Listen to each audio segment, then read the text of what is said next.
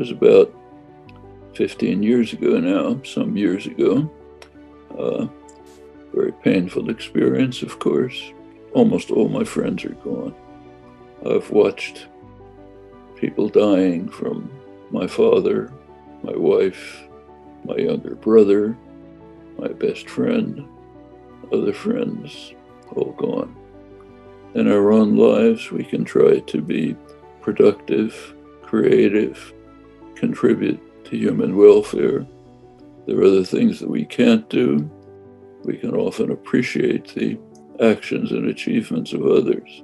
One of the greatest novels is called The Last of the Just by Andrei Schwarzbart. It's back in the 1950s.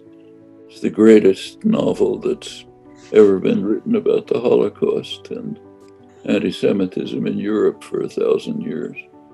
It's a very magnificent novel, as I say. I just happened to finish reading it for the third time. It's an entry into rich, magical worlds at a depth that goes beyond personal experience. That's great novels. So there's some other activities that go on that are not the kind of thought that is encapsulated in language. The essence of capitalism is that man exploits man, and the essence of socialism is the reverse. We have never had capitalism. The business world would never permit it. Capitalism, if it existed, would destroy itself almost instantly. A kind of a mixed system, state capitalism, it's sometimes called. That's all that's ever existed. A capitalist system would simply self-destruct. Profits of the 6 largest American banks, turns out their profits derive almost completely from a tacit government insurance policy. Is that the free market? It has nothing to do with the free market. That means millions of people can die because they can't get vaccines. That's a radical interference with free trade. People revere Adam Smith, but they don't read him. If you read him, you find that he described what I was just now talking about. The United States is harming itself from within. 50 years of occupation, annexation, violation of Security Council orders, illegal settlement, crushing of Gaza in monstrous ways, all proceeds because the United States authorizes it. US public opinion is changing markedly. You go back 20 or 30 years, Israel had enormous support in the United States. In fact, the United States does not even officially recognize that Israel has nuclear weapons. The elections in countries like the United States, England, and France are heavily influenced by concentrations of private power, multinational corporations. I think the young generation should look clearly with open eyes at the world situation, try to break through the veils of propaganda and misinformation and deceit. I should say that there are terrible problems all over the world. They all have solutions.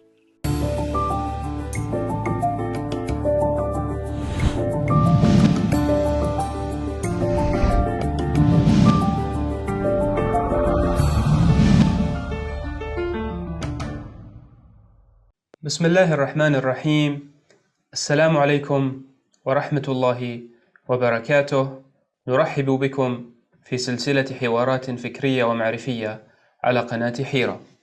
Today we are interviewing Professor Noam Chomsky from the United States. Professor Chomsky is a linguist, philosopher, and a political activist. He is called as the father of modern linguistics. And he's the author of more than 100 books, such as Who Rules the World? profit over people, language and responsibility, language and mind, knowledge of language, its nature, origin and use, language and thought, what kind of creatures are we? Welcome, Professor Chomsky. It's an honor having you with us today. I have questions in linguistics, politics, and personal questions. We'll try to cover as much as I can within the interview time. So in the beginning, in your opinion, is there an absolute truth which metaphysical philosophies or religions or maybe some mystical doctrines claim to be so? Well, I don't see any difference between truth and absolute truth. If it's raining outside and I say it's raining, that's true. It's also absolutely true. If there's a distinction between the two, I don't know what it is.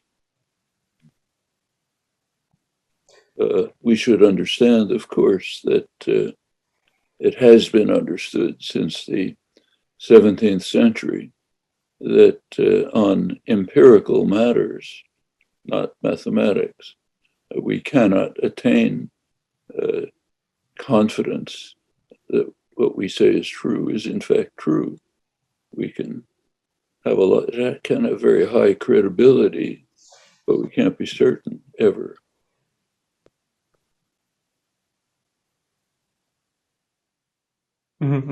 So after living for more than 9 decades, what's your opinion about religion, religious or spiritual experience in life? It's a matter of personal choice and decision. For many people I know, it's a crucial element of their lives, the core of their lives. My grandfather, for example, or many other people I've known, that's what their life centers on. That's fine. If they find it meaningful, important, I can't possibly have any objection. To me, it doesn't happen to be, but that's my choice. If people's beliefs infringe on the rights of others, that's a different matter. So, for example, in the United States, there's a very strong movement of Christian nationalism, which is seeking to impose its beliefs, but basically by force on the whole society. Okay, that I object to. If they want to have their beliefs in private or in their communities, that's fine. What fulfills meaning for you, the meaning of life? Is it ethics? Is it morality? Is it a certain type of spirituality that you live to feel calm or to feel meaning? The meaning of life is what we make of it. We were on Earth for a certain number of years. We have choices as to what we can do with this miraculous opportunity. And what we do with it is the meaning of our life. It's up to us. In your opinion, in your philosophy, do you think that there is something sacred, maybe the standard of ethics that a person commit to, or certain values or virtues? I think we all share, in fact, there's by now evidence that we all share certain basic moral principles. You see it with children. It's cross-culturally valid. There's variation, of course, but there's probably a core ethical nature, which is just part of our being, just as much as having a certain kind of visual system or walking and not flying, simply part of our nature. What it is not clear. There's interesting studies trying to identify what these core principles are. We can say nothing about how they evolved, how they originated. That's all mystery, like many questions about human evolution. Throughout your writings and your ideas, you seem to support oppressed people and also support the people who are asking for just rights. So is this driven from a philosophy that you have? I don't think any philosophy, past or present, has very much to say about these topics beyond what we know just with their basic elementary common sense. Most of these, the kinds of questions that you're asking, I don't think have answers. There are some questions that we can formulate in such a way as to search for answers to them. There are other questions we can formulate which just don't have any answers. Can't even imagine what an answer would be. Even quite simple ones. Like suppose I decide to lift my little finger. How am I deciding to do that? Nobody has any idea. It's been a mystery for millennia, remains so. Nobody has anything to say about it. Maybe it's a question that's beyond the scope of human intelligence. After all, we're organic creatures, we're not angels. And like other organic creatures, our capacities have a certain scope and certain limits, and could be, it's not a popular idea, but I think it's plausible that there are limits to human cognitive capacities, to our capacity to understand that just as every other organism has limits to its capacities. It's not a matter of more or less. I happen to live in the desert, so there are desert ants in my backyard.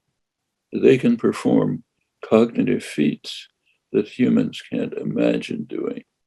Like a desert ant can calculate its position by using the position of the sun and navigating by that.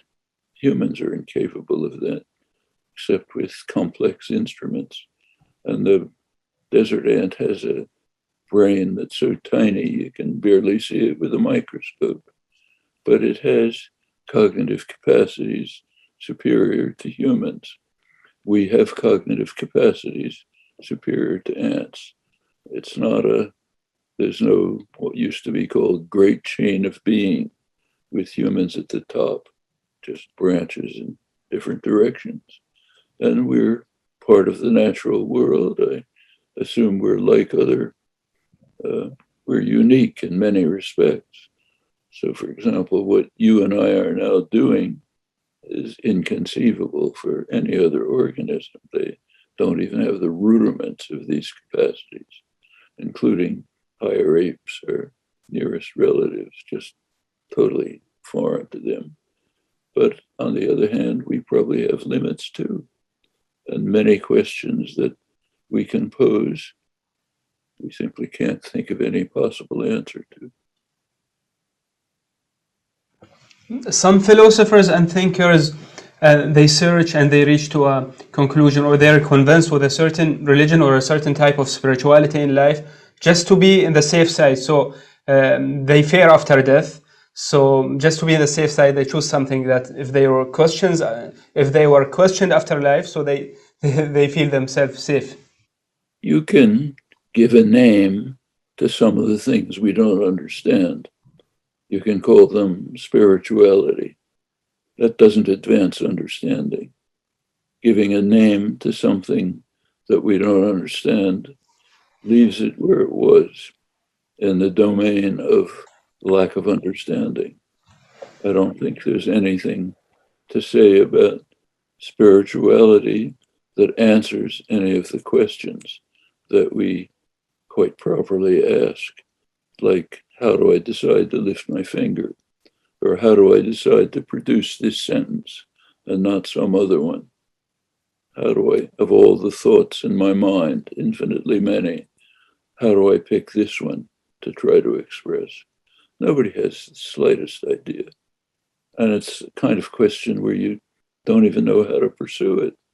I mean, there are lots of things we don't understand, but we know how to investigate them. These are questions which we don't even know how to investigate. Very possibly because it's just beyond the scope of human intelligence. Mm-hmm. And so, Professor, what's your opinion about after death? Are human beings approaching something, or it's complete nothingness? Do you think about your own mortality sometimes?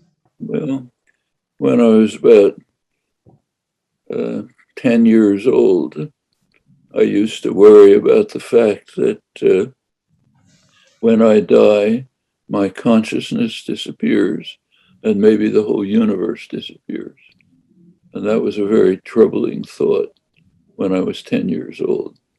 But after a time, not very long, I simply recognized that that's the way life works. You have a certain period of consciousness, you lose it, you go from dust to dust.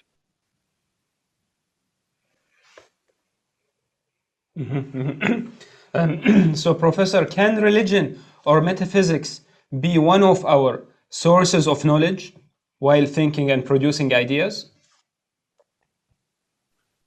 Our sources of knowledge are our creative instincts, our curiosity, our ability to make judgments, to draw inferences, to explore areas of confusion and misunderstanding, and sometimes to make progress.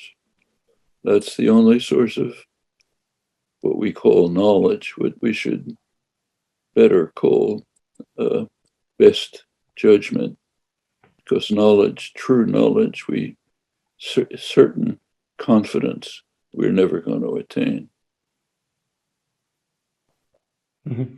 Professor, in 2008, 14 years ago, unfortunately, your first wife passed away.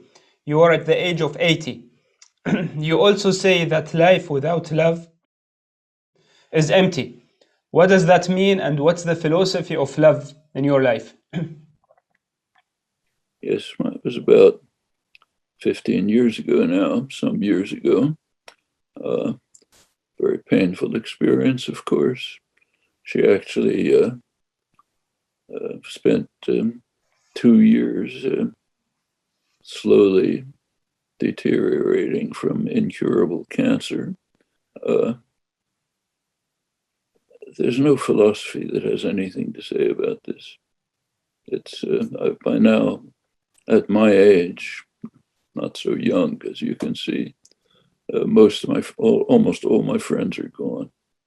I've watched people dying from my father, my wife, my younger brother, my best friend, other friends, all gone. The world kind of shrinks, but that's life. Then other things develop. Children, grandchildren, great-grandchildren, married again very happily. So that's life. What about the philosophy of love towards friends or wife? There are people called philosophers who talk about these topics, but they don't say anything to me that I can't figure out by myself.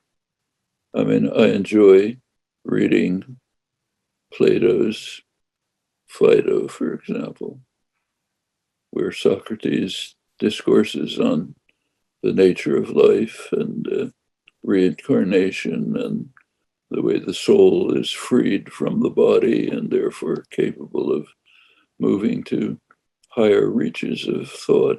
So he welcomed death. Interesting to read, but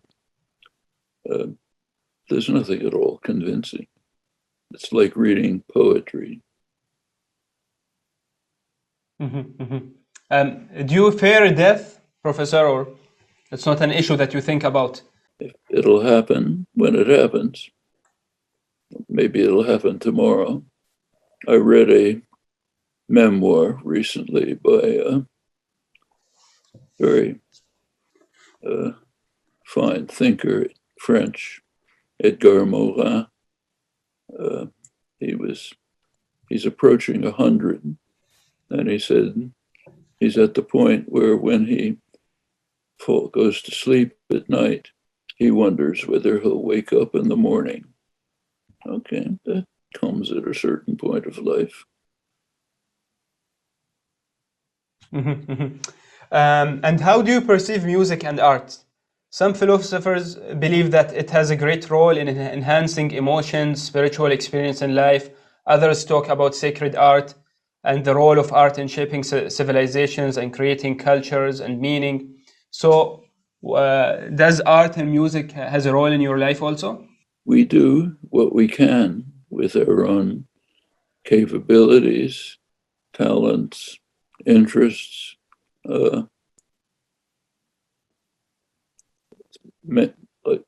There are many talents that I simply lack. Like I couldn't write a symphony. I don't mind that. That's not a loss. I can appreciate what others do. So in our own lives, we can try to be productive, creative, contribute to human welfare. There are other things that we can't do. We can often appreciate the actions and achievements of others, but there's nothing more to aspire to. What about novels? Does it add to knowledge, information, emotions? Oh yeah, very, very much so. I even reread novels. I just reread one for the third time. One of the greatest novels. It's called The Last of the Just by André Schwarzbart. It's back in the 1950s. It's the greatest novel that's ever been written about the Holocaust and anti-Semitism in Europe for 1,000 years. It's a very magnificent novel, as I say. I just happened to finish reading it for the third time, partly inspired by what's going on now in Ukraine. The novel's about Jewish life in what's now Ukraine and Poland, which was pretty horrible. But what's so special and interesting in novels in general that keeps a reader reads them again and again? Well, novels, if well written, get you to understand human beings more than you can do in your own experience. You understand and know the characters in a novel better than you know your best friends, if the novel is really a substantial literary achievement. You know what they're thinking, what they're feeling, what's motivating them, the conflicts and problems in their lives at a depth that you cannot achieve in normal experience. That's one contribution, many others. You also understand the world, the natural world. It's presented to you in a new light, a richer light, which you'd never experienced or thought about yourself. So it gives you deeper insight into the nature of the world, possible worlds, future worlds, dimensions of experience that you can't undergo yourself. It's entry into rich, magical worlds at a depth that goes beyond personal experience. That's great novels. Professor, I'll go to the second part, which is about linguistics and philosophy of language. So, can a person think outside the boundaries of language, words, terms, and letters?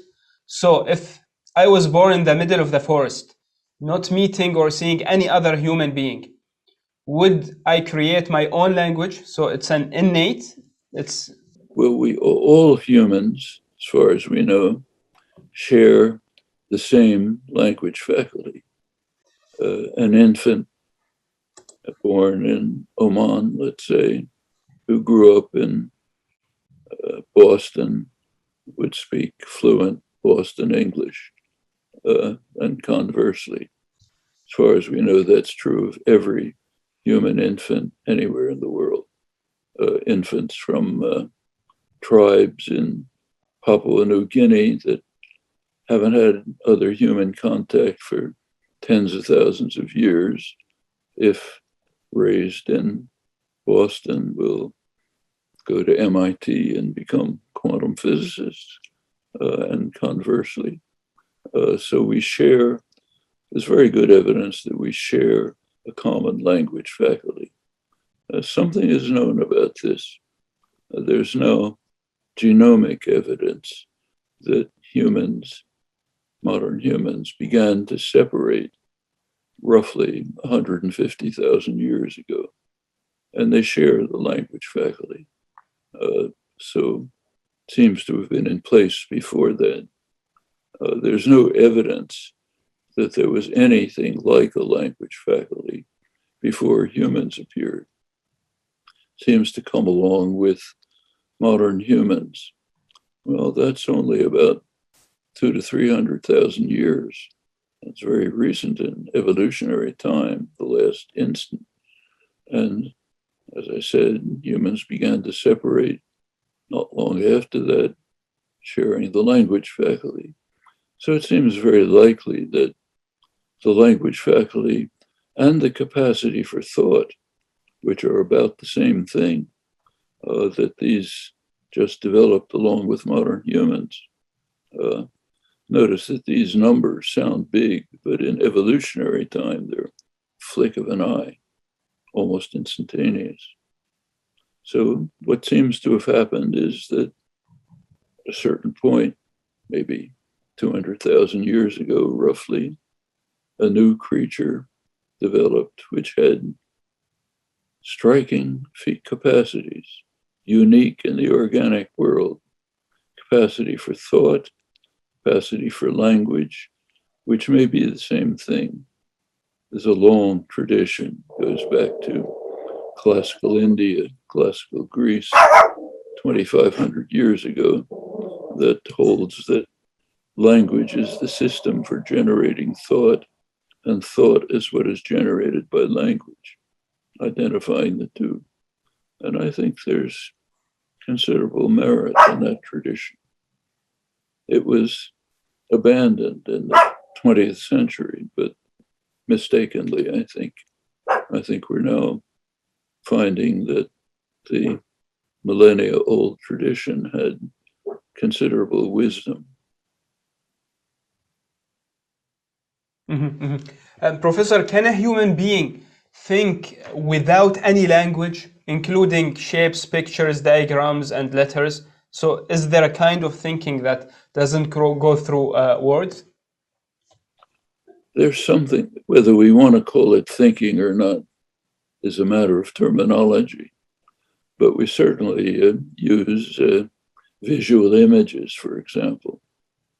So, for example, if I decide I want to take a walk, let's say, and I think about the various places I could go, well, I think about it in visual images. And I think about whether what clothes I want to wear. I just look, I don't formulate it in my mind.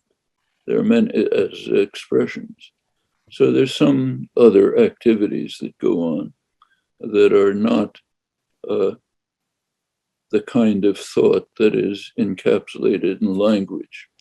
Assertions, judgments, reflections, evaluation, a determination of credibility, moral assessment, all of that takes place in language.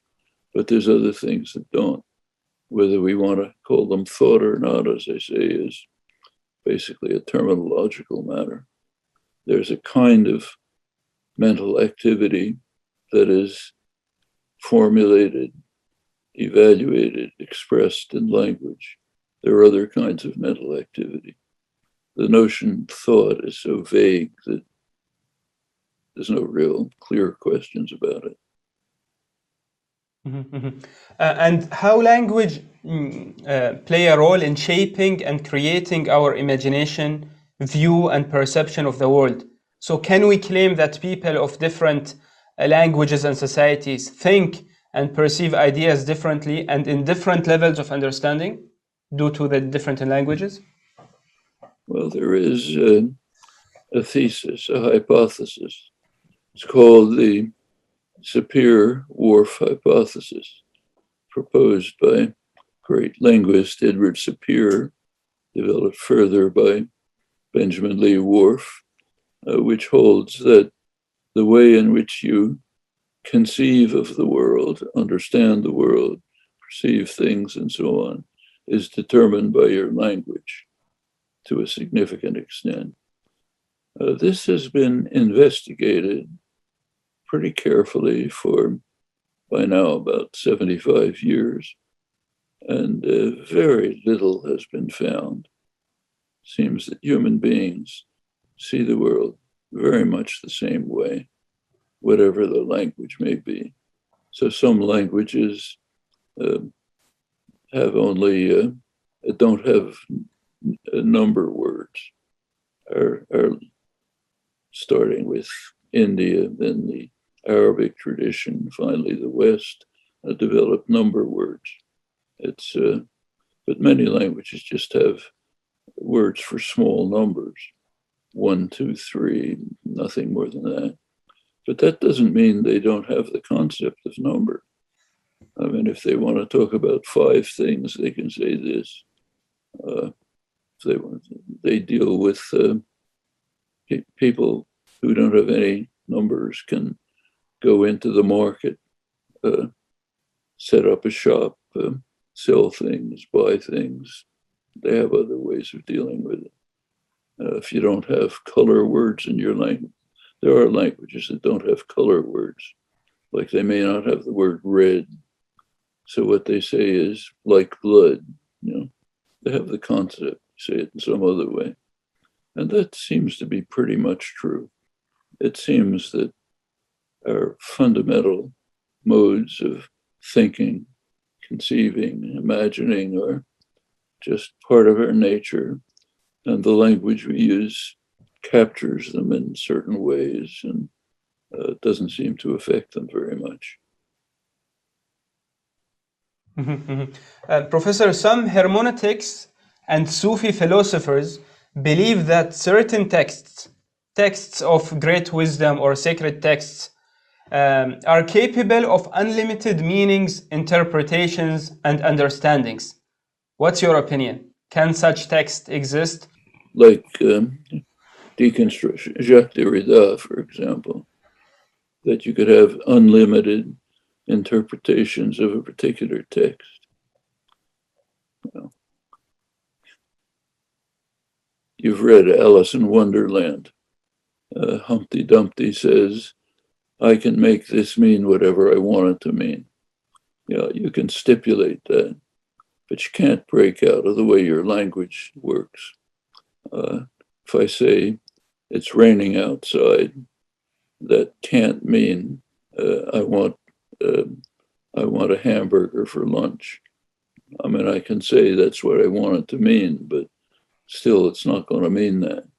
It's just, so the texts have a range of possible interpretations. Of course, there is. Language is not mathematical logic. It's a system which has what's called open texture, meaning words have meanings, but there are ways of extending the meanings, of using analogies. It can be done in creative ways, but in limited ways with specific. You can't just make anything mean anything. It can't be Humpty Dumpty. The language has fixed meanings which are not mathematically defined. They have, again, open texture, ways of interpreting them. But I think we shouldn't go overboard with this. Professor, in this context, given your answer, some wisdoms can we say that they have levels of meaning? So like, for example, when I read a text with a wisdom, it has, for example, 4 or 5 levels of deeper meanings. Can we say that? Yeah, you can have literal meaning. You can have metaphoric meaning. If I say, misery loves company, take that phrase. It has a literal meaning, which is perfect nonsense, because misery can't love anything. But it has a metaphorical meaning, which is perfectly sensible. Namely, if you're miserable, you would like to be with other people. So it has several levels of meaning, and that extends not just in one dimension, but in many dimensions, and without sharp boundaries, because language, well, it's essentially fixed. It has open options available. It's not defined the way terms of physics are defined. There's a big difference between a term like electron and a term like river, let's say. One of them has a well-defined meaning within a fixed theoretical framework. The other is a term of common usage, which has a core meaning, but it's not precisely defined. Professor, we'll go to part 3 of this interview, which is about politics. So you criticize the concept of modern state throughout your research. Have you reached to a completely different or a new alternative? And what is its main characteristics? You talk about the anarchy, which is related also to your alternative. So what's the new alternative, which is different than this modern state that we're living all around the world in different countries and governments? Well, at a very general level, we should be concerned with any structure of authority and domination and hierarchy that exists. Any, from whether it's inside the family to international affairs. And we should question it. We should ask, is it legitimate? Does it have a justification? The burden of proof is on authority. There's no burden of proof on rejection of authority. We should reject it all unless it can justify itself. Well, sometimes it can. So if I'm walking with my granddaughter across the street and she decides to run into the street and I grab her hand and pull her back, that's authority. But I think you can justify it. Not many kinds of authority can be justified. And if they can't, we should be moving to dismantle them and to create a more free and just society. Now, the interesting questions arise when you try to turn to concrete cases. And here you get serious debates and arguments. So take, say, slavery. In the classical Greece, Athens was, we regard as a free democratic society. Not at all. It was a free democratic society for a small group of relatively privileged white men. Everybody else was one or another form of property. And it was justified. The justification was that justification was offered. I don't think it's a valid justification, but it was offered. The justification that was offered was that because we have slaves and because there are women to do the ordinary work and so on, we privileged men can develop a high culture. So that's a justification, an intended justification. I don't think we should accept it, but it was offered as a justification.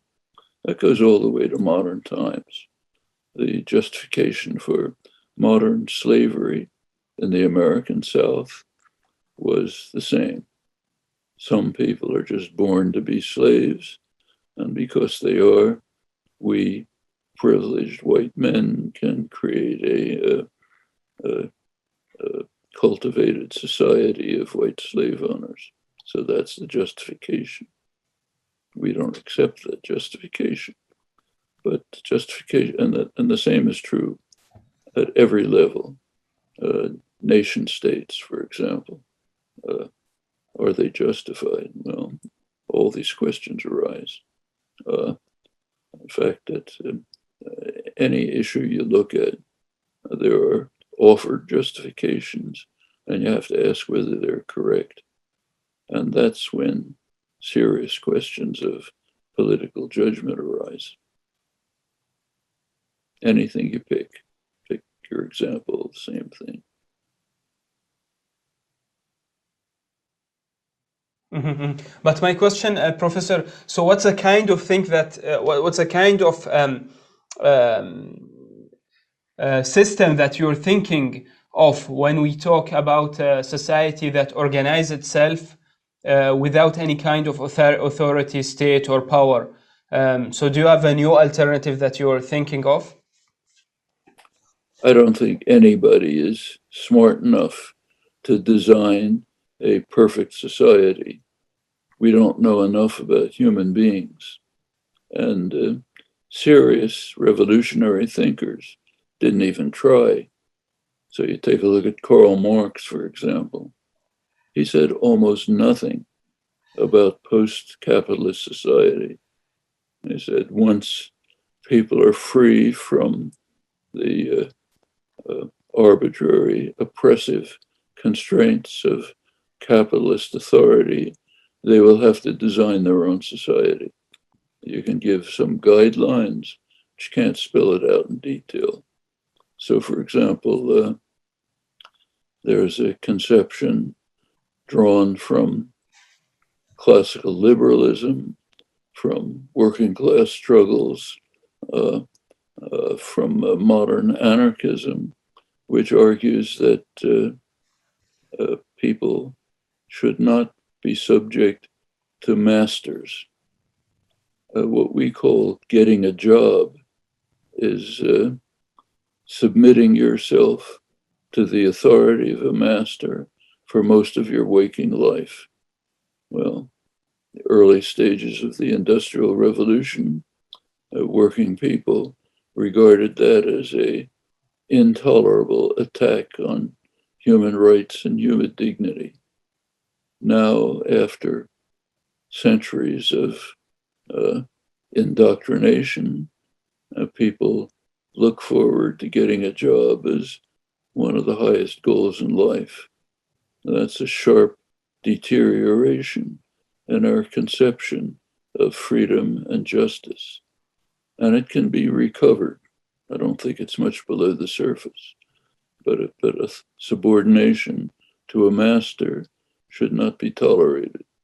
If there's an enterprise, say a factory, a university, whatever it may be, the participants in the enterprise ought to determine what it does, what it is, how it functions, how it moves in new directions, jointly, democratically, without any authority.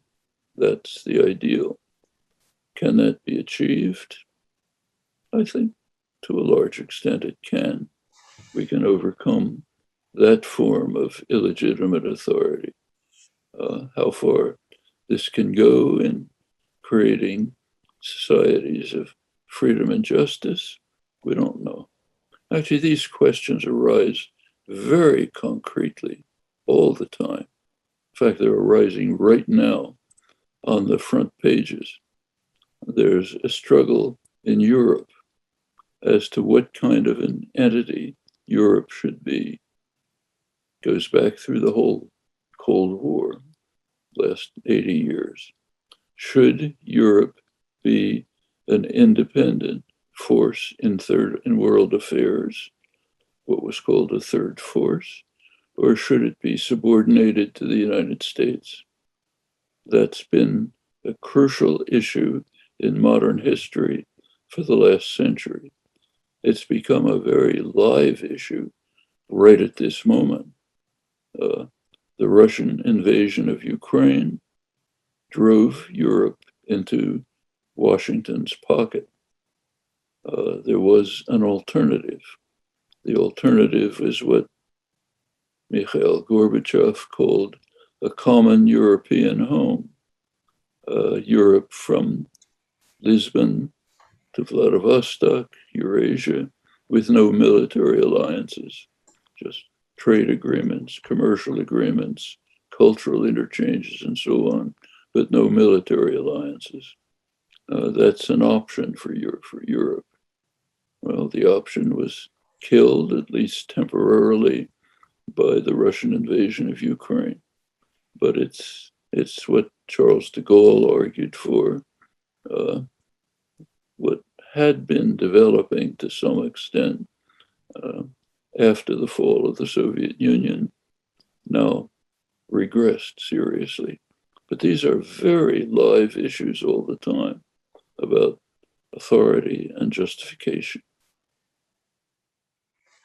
Humanity experienced Marxism, communism, and capitalism as economic systems. What is the least bad model in economics? And is there a chance for the capitalist system to be fixed, or to fix itself, or to improve a bit, or so we can overcome it and reach to a better solution in economics? Well, there's a famous joke about this, which says that the essence of capitalism is that man exploits man, and the essence of socialism is the reverse. Man exploits man. Well, that's referring to what was called socialism. The Bolshevik Revolution in 1917, in my view, destroyed socialism. It was the main attack on socialism in the modern era. So the concept socialism came to mean authoritarian central control. Has no relation to what socialism ever meant in the past. Socialism meant freedom of working people, others, to control their own lives and existence. Russian Bolshevik socialism ended that. What about capitalism? We have never had capitalism. The business world would never permit it. Capitalism, if it existed, would destroy itself almost instantly. It's a suicide pact. So the business world, the masters, have always insisted that the state enter in a very powerful way to restrict, to save themselves and society from the ravages of the market. Always. Take what you and I are now doing right now. What are we using? We're using computers, internet, satellites. Where'd they come from? Capitalism. They came from state. They came from state-run enterprises. In fact, I was working at them most of my life. MIT, where I taught, was the world's main scientific technological university. That's where things were developed, like computers, the internet, on taxpayer funds. Later, it's handed over to private enterprise for marketing and for profit, but most of the work is done basically inside the state sector. Well, that goes back as far as you want. There's a mixture of some degree of private enterprise, some degree of state intervention and authority, a kind of a mixed system, state capitalism, it's sometimes called. That's all that's ever existed. A capitalist system would simply self-destruct. It's so. In fact, you take a look at every corner of the society. take right now, in the last 30, 40 years, Western capitalism, especially the United States, has moved to a new phase. It's finance-based. So instead of production, there's financial manipulation. That's a not 100%, of course, but a strong move in that direction. So take the financial institutions. Well, there's a study by the International Monetary Fund of the profits of the 6 largest American banks. Turns out their profits derive almost completely from a tacit government insurance policy that's known informally as too big to fail, meaning if you get into trouble, we'll bail you out. That's not just the huge bailouts. It means they get cheap credit, they have good ratings on the market, because no matter what they do, they're going to be bailed out. So it's a safe investment. You add all that up, you get the profits of the financial institutions. Is that the free market? It has nothing to do with the free market. You look at the World Trade Organization. It's called a free trade organization. It's radically protectionist, radically. The reason why people in the Middle East, Africa, Asia can't get vaccines is because the World Trade Organization imposes sharp protectionist restrictions, which grant monopoly pricing rights to corporations, largely publicly subsidized, to price what they want. That means millions of people can die because they can't get vaccines. That's a radical interference with free trade, but it comes from the free trade organizations. You have to decode a lot of mythology to find out what the world really is. I should say that there are economists who've been aware of this. One of them was Adam Smith. People revere Adam Smith, but they don't read him. If you read him, you find that he described what I was just now talking about. What he says, he was talking, of course, about England. He said in England, the masters, as he called them, the masters of mankind, the merchants and manufacturers of England, they basically control state policy, and they ensure that policy is designed so that their own interests are protected, no matter how grievous the effects on the people of England. Well, that's Adam Smith talking about capitalism 250 years ago, pretty accurately. Professor, is USA as a great power falling and declining, and the world will witness its catastrophic collapse in the next few decades? Or such falls may take decades or even centuries, and such powers can rebuild itself to adapt with its weaknesses? Well, it's a common theme, but it's a mixed story. The United States is harming itself from within. The neoliberal years, the past 40 years, have severely harmed the United States internally. It's been a huge transfer of wealth from working people, middle class, to the super rich, estimated at about $50 trillion in the last 40 years. That has very severely harmed the society. It's also undermined democracy. Obvious reasons. If wealth is massively concentrated, just as Adam Smith said, it's going to control the government. So there's been a sharp decline in democracy, a collapse of the social order, enormous resentment, anger, contempt for institutions. Something pretty similar has been happening in Europe. So internally, the United States is declining, not externally. It's overwhelmingly the most powerful force in the world. You look at the confrontations the United States is happening. The main one is with China. Where's the confrontation? Is it off the coast of California or is it off the coast of China? Well, it's off the coast of China.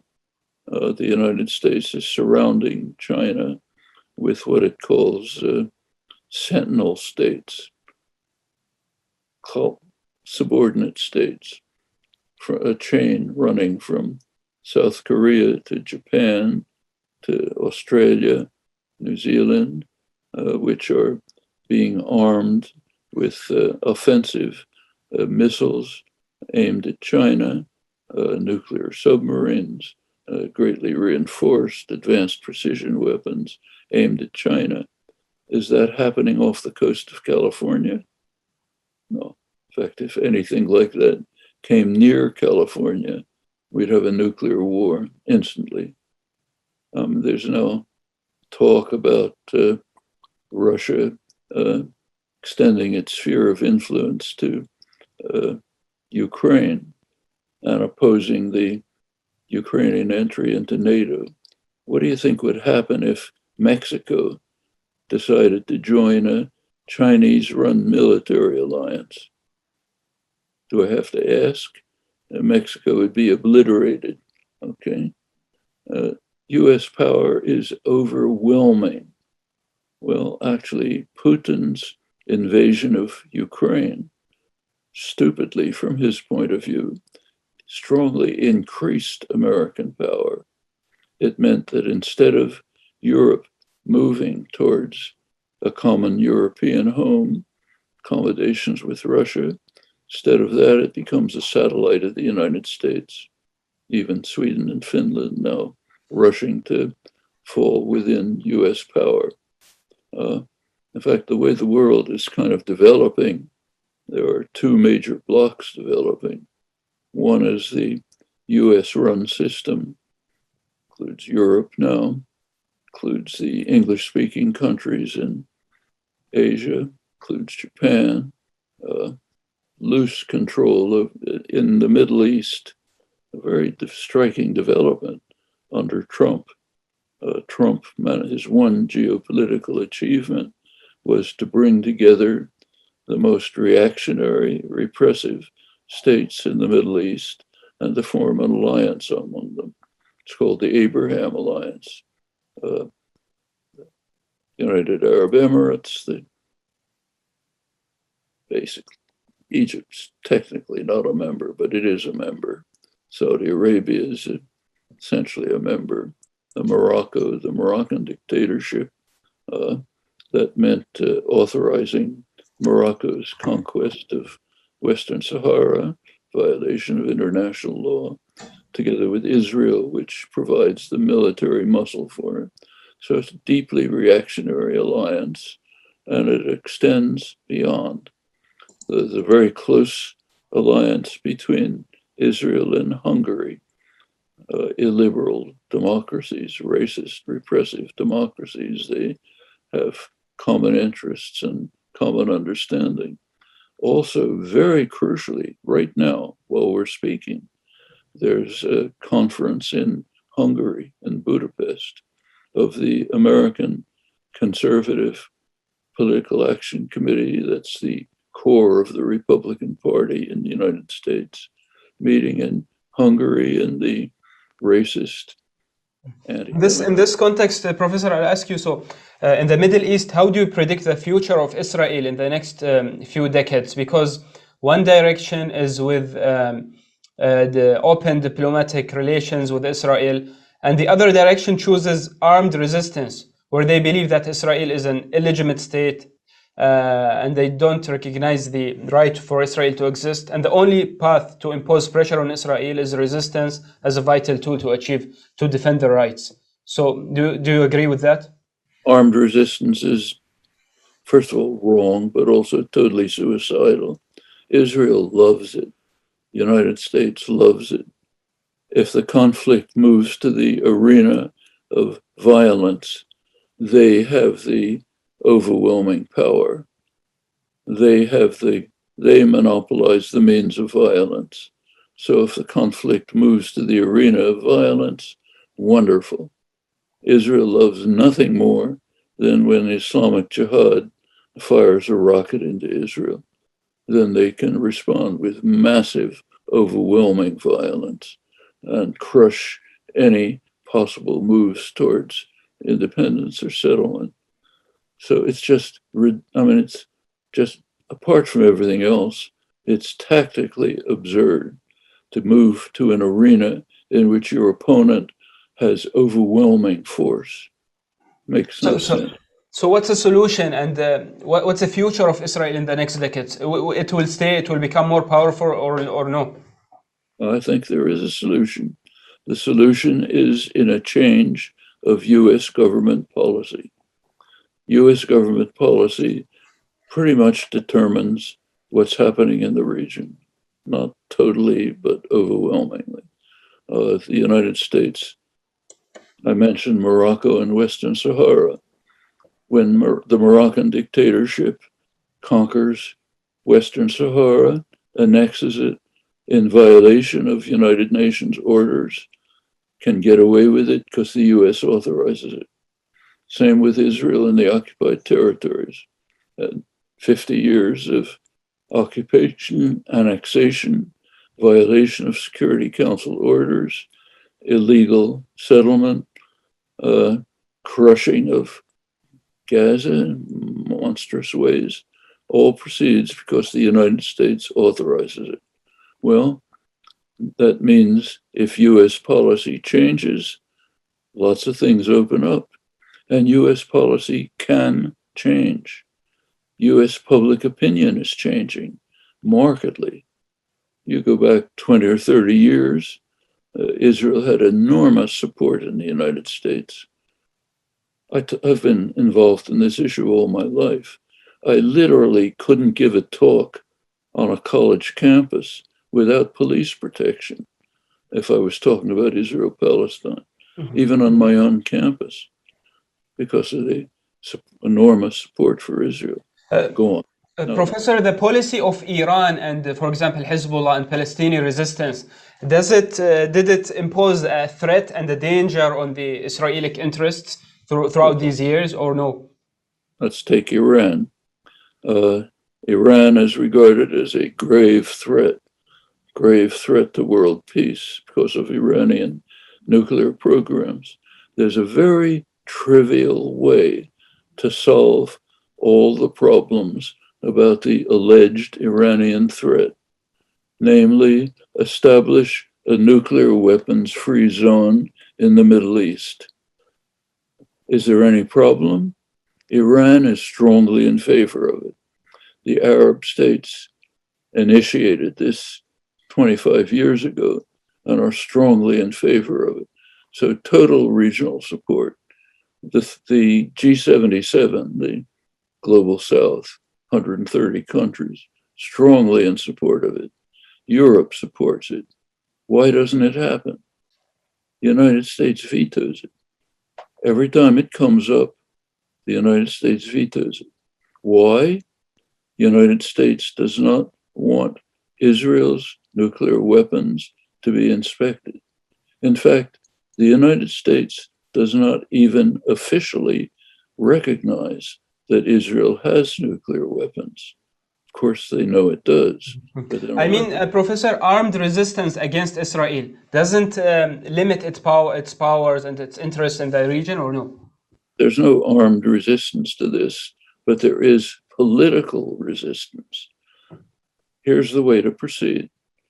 The United States does not recognize that Israel has nuclear weapons because if it did, it turns out that US aid to Israel is illegal in violation of US law. Well, the American population knows nothing about this. It's kept secret. Press won't report it. Nobody will comment on it. But it's a very significant fact. Here we have a situation where public opinion in the United States is becoming highly critical of Israel. There's a very simple way to end what is seen as a major security threat, namely stop providing military aid to Israel because of its nuclear weapons program. If the American public knew anything about this, there'd be enormous support for it. Professor, countries like Iran or Russia, are they capable of presenting a civilized model which is competitive to the USA? For example, soft power, art and music, restaurants and brands. And so are they capable of presenting a civilized competitive model against the United States, Russia, China, or Iran even? Of course not. But that's, again, missing the point. There are political, nonviolent ways to deal with these conflicts, and we ignore them, and we shouldn't. Now, as far as Russia and Iran are concerned, they're collapsing states. Russia is a declining kleptocracy, which can produce raw materials. China is different. China is expanding its system of Chinese domination over much of Eurasia. The Belt and Road Initiative reaches right to the Middle East, to the United Arab Emirates, in fact. It's part of the effort to control the what's called maritime Silk Route that runs through the Red Sea. It's reaching to Africa, development programs, even reaching to Israel, incidentally. They control the Haifa port, extending through development, loans, enormous regions of the world. That's a major power system. Now, it rushes because of the invasion of Ukraine and its isolation. Russia will drift into it as a subordinate element providing raw materials. That's a major force in world affairs. It's not a military force. The United States, overwhelming military capacity. China has one military base in Djibouti. The United States has almost 1,000. Professor, there is an important question here also I'd like to ask. Do we have real democracies? Some claim that the best models that are implementing democracies nowadays, the election results and political situation is determined and shaped by the triangle of money, MNCs, and the media. Hence, no real freedom or democracy is found. So there is a better alternative than democracy as a political system of elections, or? Well, democracy is not a yes or no affair. There are many dimensions to democracy. There are degrees of democracy. So what you say is quite correct. The elections in countries like the United States, England, and France are heavily influenced by concentrations of private power, multinational corporations, media, which are basically corporations themselves. All of this has enormous effect on the way elections turn out. So, for example, the things I've been talking about, which could be solutions to world crises, these are not discussed. You can't discuss them, basically for the reasons that Adam Smith mentioned. Concentration of private power is too great. On the other hand, I can talk about them. Like there's the secret police aren't coming in to grab me and throw me into a concentration camp. Okay, that's an element of democracy. Means you can reach the population who have the power to change things. And it's happened over and over. Last 50, 60 years, the Western countries have been greatly civilized. Things you couldn't even talk about 50 years ago are now just taken for granted. Minority rights, civil rights, women's rights, all sorts of topics. There has been great progress, opposition to war, lots of things. So it's a mixed story. There are powerful systems of control. There are options and opportunities to combat it and confront it. And it can be done. Not easy. A lot of repression. Face hard circumstances. but it can be done. Huntington believed in the clash of civilizations. In contrary, we have another approach which says that societies, cultures, civilizations should meet, gain, and benefit from each other. What do you think? They should benefit from each other, of course. They should meet in mutual accommodation, sympathy, efforts to learn from one another. All of these things can be advanced. There are powerful forces against them, but that doesn't mean they can't be overcome. Professor, my final question here, because we run out of time. So you lived more than 9 decades and witnessed rises and falls of many countries and cultures, philosophies. What's a gold advice that you would like to give for our young generation in all these different topics that we tackle today? I think the young generation should look clearly with open eyes at the world situation and the situation of Oman within it, try to break through the veils of propaganda and misinformation and deceit, see what's actually going on. And you will find that there's a lot that can be done. In fact, Oman, to a certain extent, has been doing it. It can be a mediating force in the conflicts of the Middle East.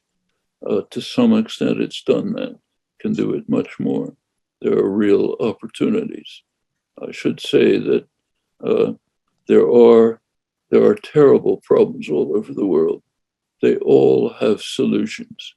They have peaceful, nonviolent solutions if we grasp the opportunities. I've mentioned a few, can easily go on.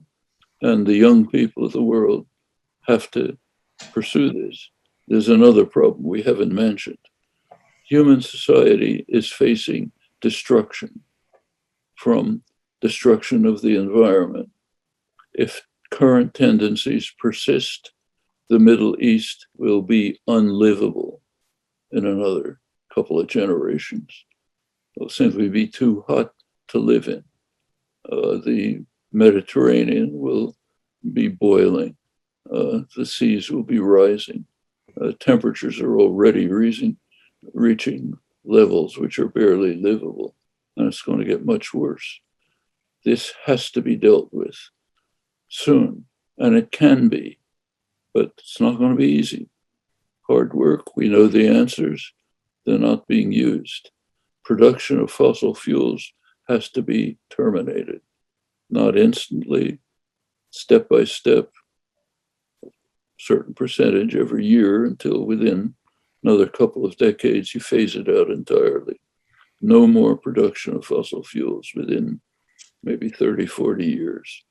That's going to be major changes in the Middle East, and they have to be addressed right now. If they aren't, there isn't going to be any future to talk about. Well, that's a very serious matter, right where you are.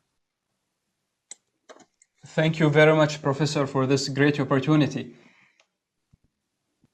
Very pleased to have a chance to talk to you.